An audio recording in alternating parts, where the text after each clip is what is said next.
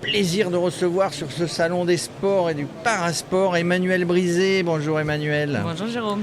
Emmanuelle, c'est une touche à tout de rouge vêtu.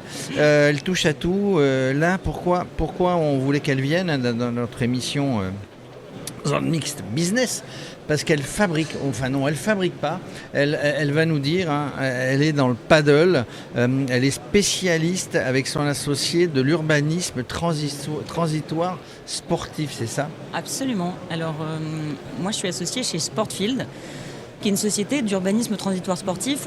On construit, on fait construire et on opère en partenariat avec les collectivités et des acteurs fonciers des structures sportives et notamment des structures de paddle. Notre ambition n'est pas forcément de faire que du paddle, c'est pour ça qu'on s'appelle Sportfield et pas Paddlefield. On veut aussi déployer du badminton, d'autres sports de raquettes, etc. Donc l'idée, c'est de voir des collectivités, des communes, des métropoles, etc. Et c'est de venir mettre des terrains de sport clés en main, le badminton, le paddle et d'autres, de manière transitoire. Oui, en fait, la problématique du sport dans les cœurs de ville, c'est quand on a besoin de beaucoup d'espace, dans des cœurs de ville où il y a beaucoup de pression foncière, c'est très compliqué parce que c'est trop cher. Or, de l'espace, en fait, il en existe. Mais c'est de l'espace qui est en transitoire, qui est disponible pour quelques années. Là, par exemple, notre terrain historique, il est devant la maison de la radio. C'est un ancien parking qui est en friche depuis 6 ans. Ces espaces, nous, on vient les activer. Et du coup, ce qu'on fait pour les collectivités, c'est on vient activer un espace qui sinon se dégrade. On vient répondre à une demande des résidents qui ont envie d'infrastructures sportives. On vient proposer un modèle avec un impact parce qu'on accueille des scolaires, des associations, etc. gratuitement jusque 30% des créneaux. Et puis par ailleurs, ça génère un revenu pour les mairies parce qu'il y a une redevance alors qu'avant c'était un centre de coût. Alors tu parles effectivement gratuitement. Ouais. Qu'est-ce qui paye en fait? La mairie vous met le terrain à disposition ou un privé d'ailleurs Alors la mairie nous met un terrain à disposition et nous en fait l'objectif c'est d'avoir un modèle qui fait que la pratique privée subventionne un peu la pratique publique. Donc les terrains typiquement à Paris, la réservation normalement c'est plutôt 50 € de l'heure qui est en fait un prix qui est plutôt raisonnable sur la région. On vient jouer à 4 au paddle. Absolument, qui est plutôt raisonnable sur la région. Mais par ailleurs, on met 30% à disposition de scolaires, d'associations. On a des groupements scolaires, on a des associations de réfugiés, on a des associations de sourds et malentendants, on a des associations d'handicapés, etc. Et c'est vraiment partie du modèle. Que du coup, on puisse ouvrir la pratique à tout le monde, parce que c'est un sport jeune. Il y a beaucoup de gens qui n'ont pas encore pris un raquette de paddle, notamment. Alors c'est le sport à la mode, on dit que même les vieux peuvent s'y mettre, assez facilement, qu'on comprend assez vite. Je ne m'y suis pas encore mis, un petit peu, j'ai pas trop le temps. Alors, on vient mettre les terrains, il y a l'entretien c'est vous, Absolument. l'entretien c'est la mairie. Nous on gère tout, donc on vient, on s'occupe de toute la partie archi, etc. On s'occupe des dépôts de permis, on s'occupe de la construction, on s'occupe du financement, de l'infrastructure. Et puis après on s'occupe de plusieurs choses. Au quotidien, sur nos terrains, c'est un espace privé au sein d'un espace public. Dessus, il y a aussi des distributeurs de raquettes, parce qu'il y a plein de gens qui accèdent à la pratique, où il y a des gens qui viennent jouer une fois pour une activité, etc. Et puis ces terrains, ils sont entretenus tous les jours par que ce soit sur le ménage, mais que ce soit aussi sur la qualité de l'infrastructure, parce que c'est important la qualité de l'infrastructure. Autrement, on n'y vient plus. Et puis on a des ambassadeurs. On a aussi, même si on est dans la fourniture d'infrastructures, on anime une communauté de joueurs qui se rencontrent, pour qu'ils jouent, pour qu'ils puissent faire des connexions.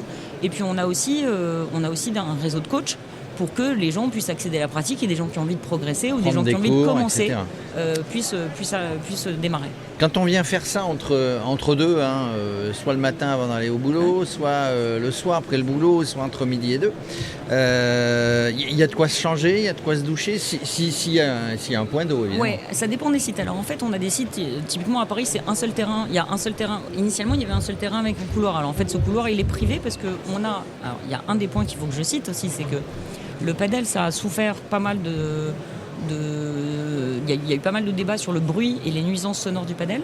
Nous, Sportfield, ça a été conçu avec Paris Senco, donc conçu dans l'idée de répondre aux contraintes des services de la ville et notamment la contrainte de pollution sonore. Et du coup, mon associé Jean, qui est archi, a lui conçu un système qui est une seconde peau. Anti-bruit, entre guillemets. Anti-bruit qui permet de réduire cette pollution sonore. Oui, parce que c'est un vrai problème. C'est un vrai problème en fait sur beaucoup de clubs qui ont été construits très proches. Alors, Typiquement à Paris, on a des immeubles, un immeuble de 5 étages juste en dessous de nous. Il n'y a pas eu une plainte en 1 an et demi depuis qu'on est là. Parce qu'ils viennent jouer au paddle. Non, parce qu'en fait, il y en a qui viennent. Alors on essaie aussi de faire des tarifs pour les résidents, pour les riverains, etc. Ouais, donc on s'adapte. Il y a une question, puisqu'on est ici au plein cœur du Salon des maires, c'est que il y a des PLU, ce qu'on appelait avant le plan d'occupation des sols, maintenant le plan local d'urbanisme. Mais comme vous êtes transitoire, j'imagine que ça pose pas de problème de venir s'installer sur quelque chose et de trouver un bon compromis avec la municipalité. Nous, on travaille avec des demandes préalables et des permis précaires parce qu'effectivement, c'est une structure transitoire qui pourtant est homologuée ERP, etc. Tout est fait pour. Mais c'est une structure qu'on vient poser. Et nous, c'est une structure sur pilotis, on vient la déposer, on l'enlève à l'issue de la période. Donc on travaille sur des périodes. On n'est pas dans l'éphémère de 1 mois, 2 mois ou dans l'événementiel. On est sur 6 ans. On travaille sur entre 1 et 6 ans. On peut commencer à partir de 1 an et jusque 6 ans, voire plus en fait. Après, on peut très bien renouveler, etc. Mais ça ne nécessite pas d'artificialisation des sols. On ne coule pas de dalles. Alors, il y a des sites sur lesquels on peut. Mais... Est-ce que ça nécessite une étude de sol si on est sur un sol plus ou moins stable ou si on est sur une terrasse, un ancien parking, etc. Parce que c'est peut-être lourd. Alors, normalement, la résistance, c'est un peu moins de 500 kg au mètre carré. Mais typiquement, un parking par construction, c'est 500 km². Donc, si c'est un parking, on peut s'y mettre. En revanche, par ailleurs, on n'a pas besoin d'avoir une surface plane. Comme on est sur une structure sur pilotis, on vient récupérer le dévers, on va récupérer s'il y a des petits plots au milieu, on s'installe par-dessus, etc.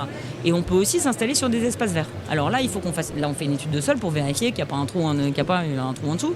Mais... Non, parce que des fois, on a des terrains remblés qui peuvent... Donc, c'est pour ça que je demandais s'il y avait vraiment une étude auparavant. Mais on fait nous, pour le coup, c'est une équipe d'archi, mon associé archi, c'est vraiment... non plus, non. Chez Springfield. Chez Sportfield, on fait surtout pas n'importe quoi. Ah non. Dis-moi pour terminer, tout le monde s'intéresse au paddle aujourd'hui, évidemment. Vous êtes un groupe d'investisseurs. Il y a quelqu'un de bien connu dans le... Pas dans le paddle, mais dans le tennis qui est investisseur chez vous. Oui, il y a plusieurs personnes. Alors en fait, on a Gaël, mon fils, qui nous a fait le plaisir de rejoindre. Et puis on a d'autres investisseurs, type Loïc Ferry, qui est le propriétaire du FC Lorient, qui est aussi, mais dans le paddle, qui est actionnaire d'Hexagone. Mais je crois qu'il vivait à Londres. Qui est actionnaire d'une équipe. Alors moi j'habite à Londres en fait depuis 12 ans, mais c'est pas grave, la boîte est en France, je fais des allers-retours, mais Loïc il habite à Londres, mais il y a le train. D'accord, écoute, moi ça m'a fait plaisir de vous connaître. Ici aussi, on est Radio Sport, on est évidemment sur les événements, on a des émissions régulières, des émissions jeux évidemment, mais on veut donner la parole à tout le monde et c'était le cas aujourd'hui en se baladant dans les allées, de se croiser, de se parler, de dire tiens, venez parler chez nous parce qu'aujourd'hui on cherche à faire des terrains de sport partout et votre solution, je répète, c'est pas que pour le paddle, mais aussi pour le badminton et peut-être d'autres sports.